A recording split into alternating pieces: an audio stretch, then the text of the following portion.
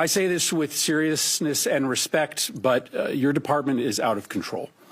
You are spending like you don't have a budget. You're on the verge of running out of money for the fiscal year. You are illegally refusing to spend funds that have been authorized by this Congress and appropriated by this committee. You are ignoring the immigration laws of this nation, implementing a brand new immigration system that you have invented that has little relation to the statutes that you are required, that you are commanded to follow, as spelled out in your oath of office. You are routinely violating the rights of immigrants who may not be citizens, but whether you like it or not, they have constitutional and statutory rights when they reside in the United States. Your agency acts as if laws don't matter, as if the election gave you some mandate to violate the Constitution and the laws passed by this Congress. It did not give you that mandate. You act as if your disagreement with the law, or even the public's disagreement with the law, is relevant and gives you the ability to create your own law. It does not give you that ability. Let's start with your spending.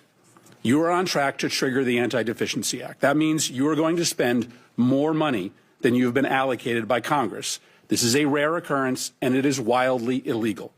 Your agency will be broke by July, over 2 months before the end of the fiscal year. You may not think that Congress has provided enough money to ICE, but the Constitution and the federal law does not allow you to spend more money than you have been given or to invent money.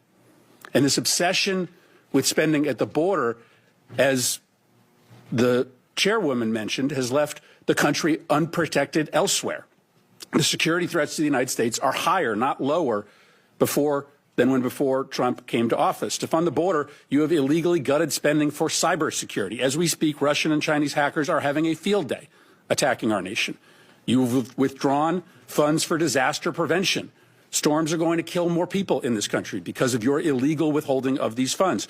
Your myopia about the border, fueled by President Trump's prejudice against people who speak a different language, has shattered many of this country's most important defenses. Now let's talk about the impoundments.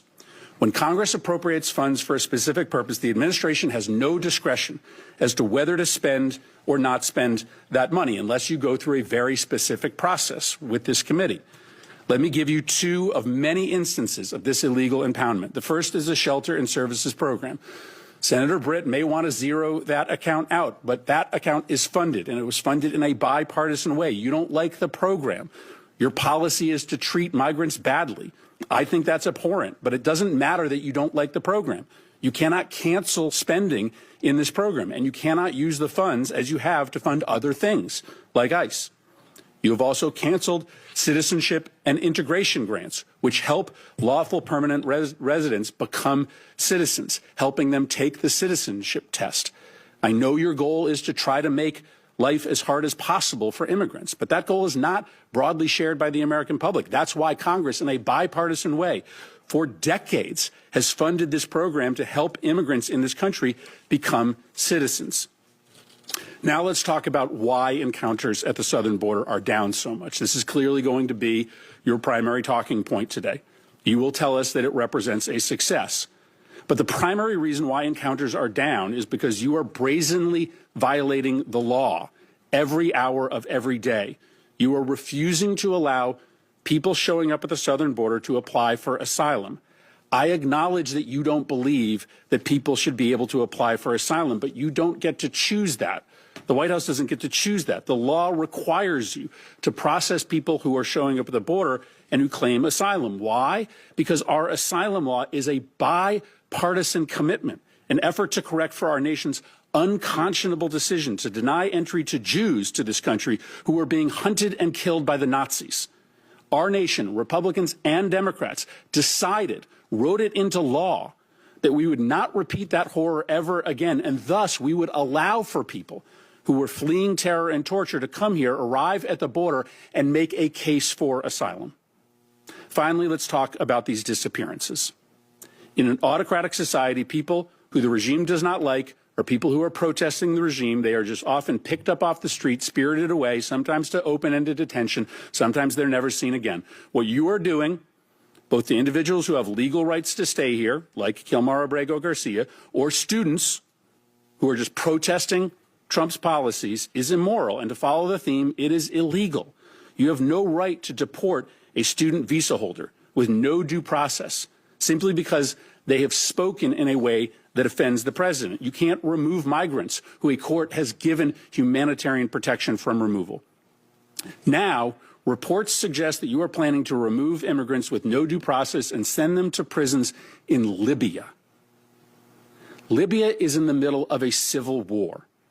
It is subject to a level 4 travel advisory, meaning we tell American citizens never to travel to Libya. We don't have an embassy there because it is not safe for our diplomats. Sending migrants with pending asylum claims into a war zone just because it's cruel is so deeply disturbing. Listen, I understand that my Republican colleagues on this committee don't view the policy the way that I do. My Republican colleagues don't share my level of concern for the way that this administration treats immigrants. That's fine.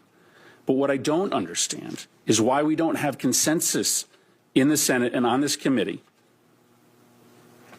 on the decision by this administration to impound the spending that we have decided together to allocate in defense of this nation. We as an appropriations committee, we work interminable hours to write and pass a budget. This budget is really hard to write and pass. And so we make ourselves irrelevant when we allow the administration to ignore what we have decided. And then when we look the other way, when the administration rounds up immigrants who are here illegally and have committed no offenses worthy of detainment, we also do potential irreversible damage to the Constitution. These should not be partisan concerns, destroying the power of Congress, eroding individuals' constitutional rights. This should matter to both parties.